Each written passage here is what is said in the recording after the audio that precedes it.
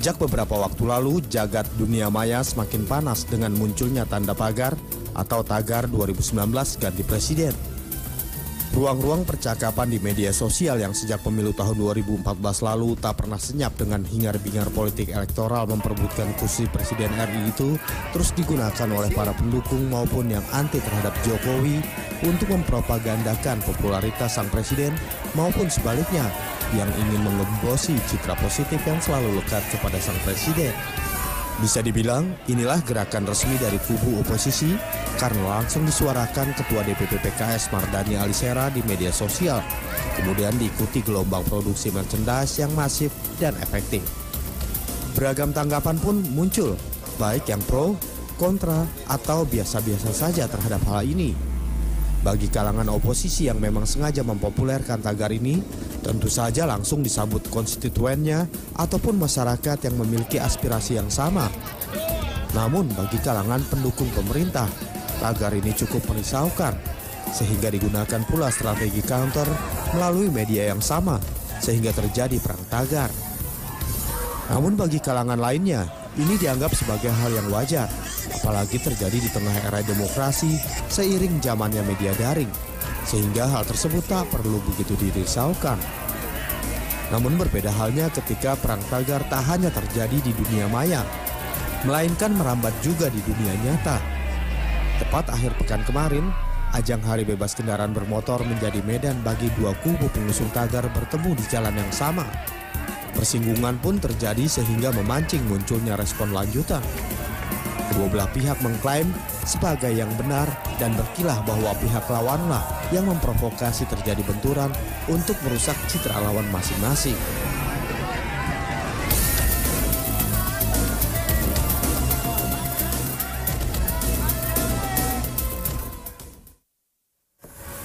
Ya, saudara, perang tagar menjelang Pilpres 2019 sudah dimulai. Puncaknya terjadi pada saat perjalanan di Car Free Day minggu lalu, di mana seorang wanita yang menggunakan kaos, dia sibuk kerja, diduga dilakukan persekusi atau dibully oleh sekelompok kawanan orang-orang yang menggunakan kaos 2019 ganti presiden.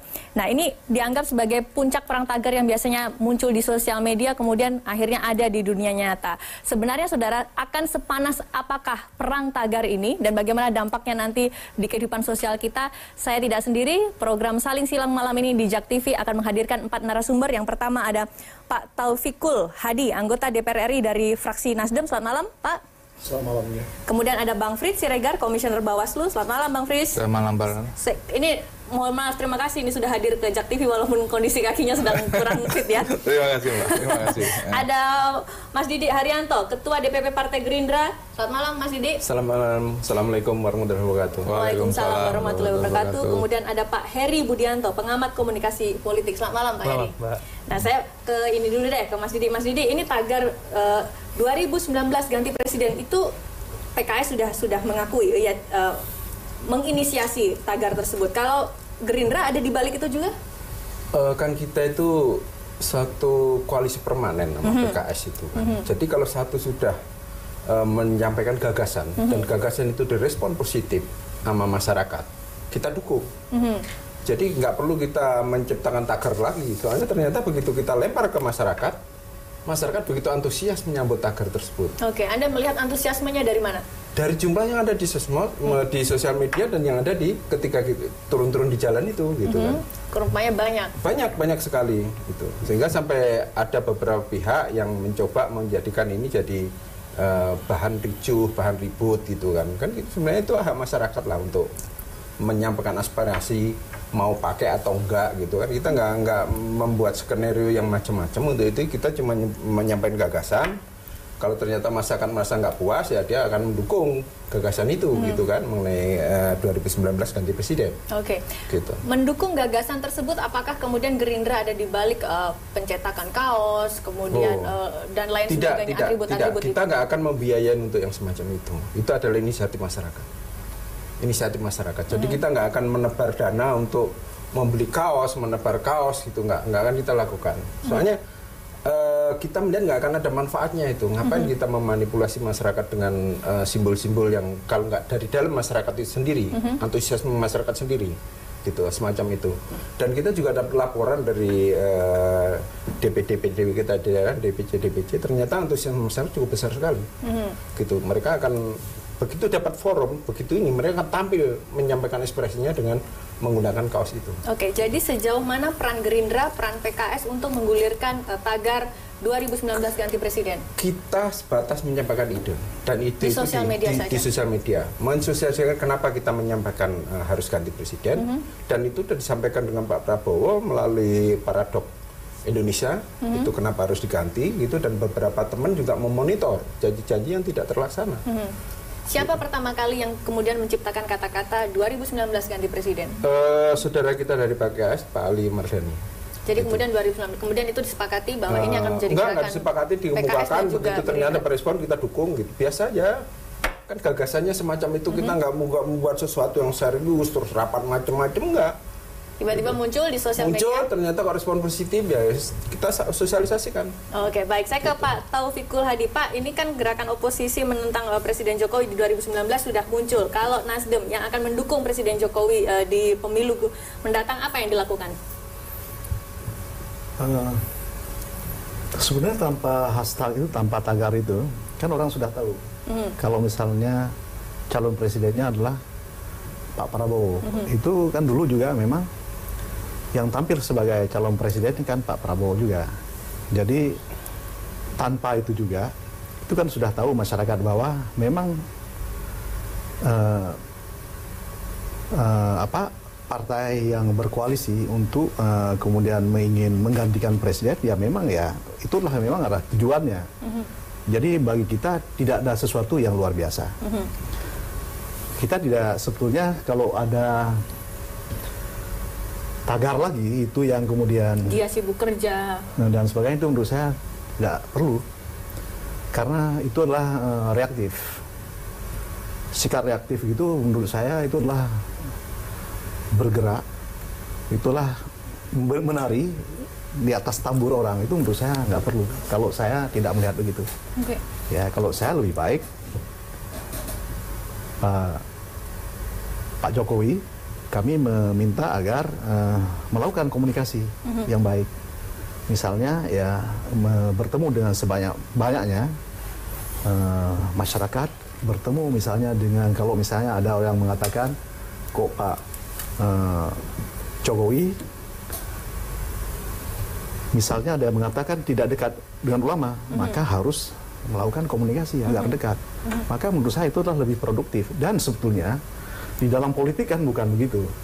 Tidak ada misalnya Pak Jokowi di dalam Indonesia, karena kita itu adalah bukan negara sekuler.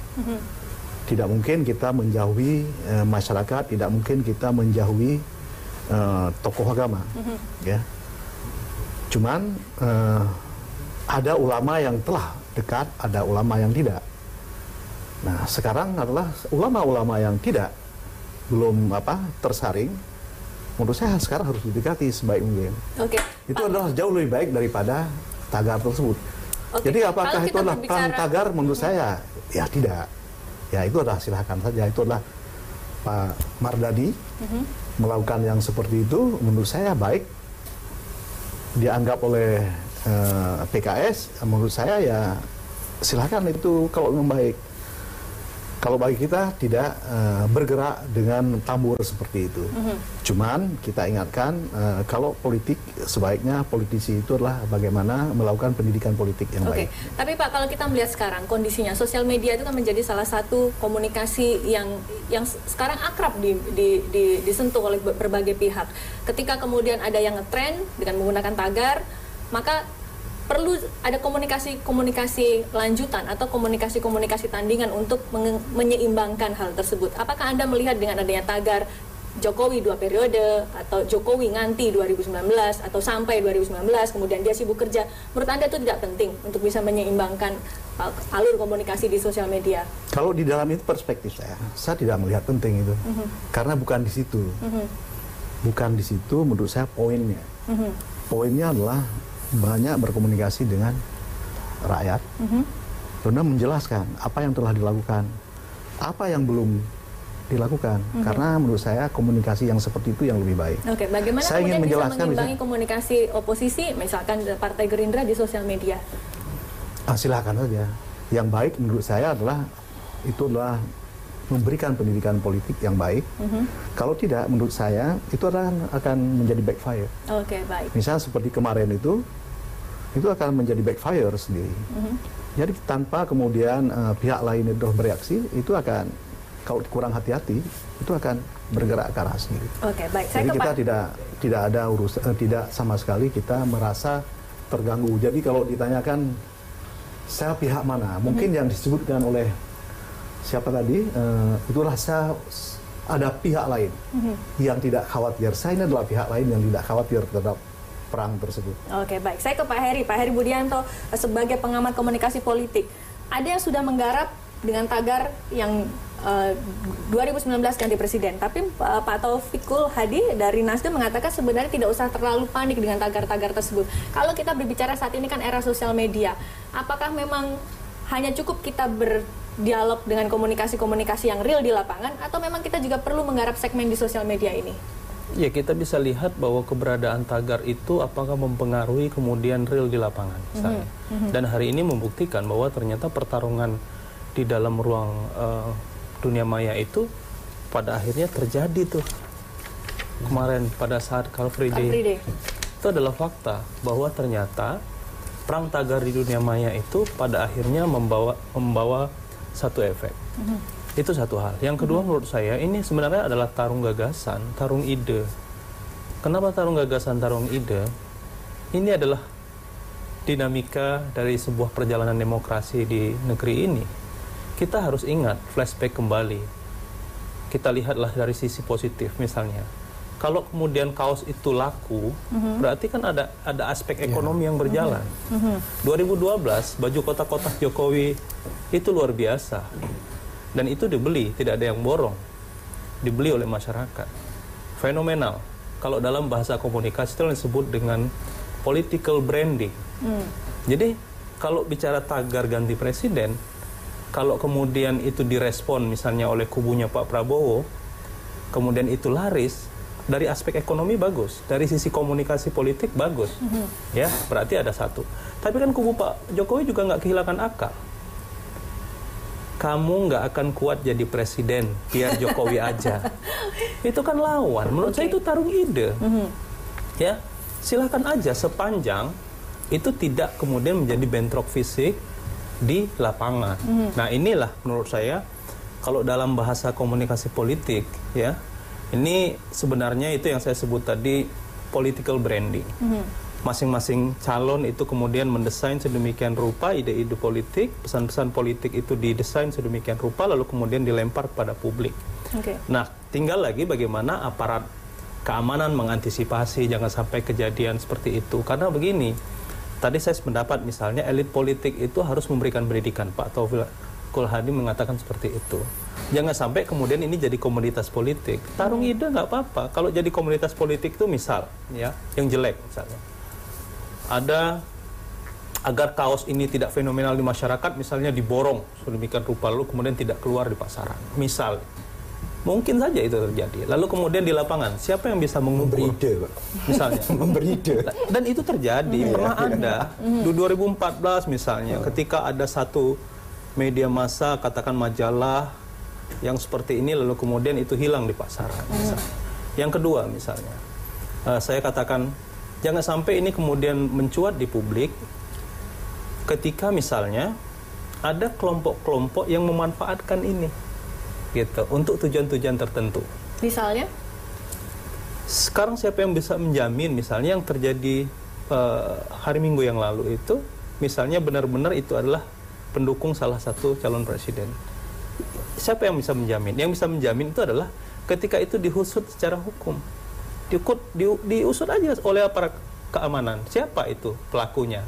Siapa kemudian? Apakah betul ini misalnya dikerahkan atau dimobilisasi oleh partai tertentu misalnya? Atau jangan-jangan memang euforia? Kan kalau di media sosial itu yang disebut dengan haters dan lovers.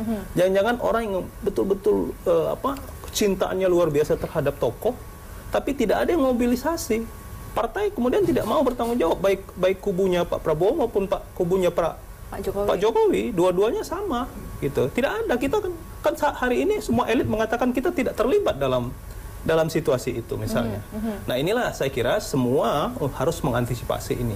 Biarkan ini berjalan, tapi tidak boleh elit-elit kemudian memperuncing ini. Ini saya sependapat. Gitu. Mana yang lebih penting, komunikasi di sosial media dengan menciptakan tagar-tagar seperti ini, atau menggarap komunikasi yang real di lapangan? Seperti tadi usul dari Pak Taufikul Hadi, bagaimana kemudian Jokowi bisa mendekati kalangan partai, kalangan Islam dan sebagainya. Dua-duanya nggak bisa dihindari, Mbak. Hari ini. Tapi mana yang sekarang mengambil banyak peranan, Pak Heru? Dalam komunikasi politik semuanya bisa dilakukan. Saya ambil contoh, misalnya. Tarung di dalam media sosial, kalau tidak dilakukan, media mainstream hari ini menggunakan media sosial sebagai referensi berita-berita. Contoh topik kita malam ini, itu kan karena trending topik di media sosial. Kalau tidak digarap, maka akan kehilangan isu teman-teman di partai politik. Itu penting. Tadi misalnya Pak Taufik mengatakan, Pak Jokowi harus turun ke basis-basis ulama-ulama yang selama ini tidak pernah dijamah oleh Pak Jokowi. Itu juga penting.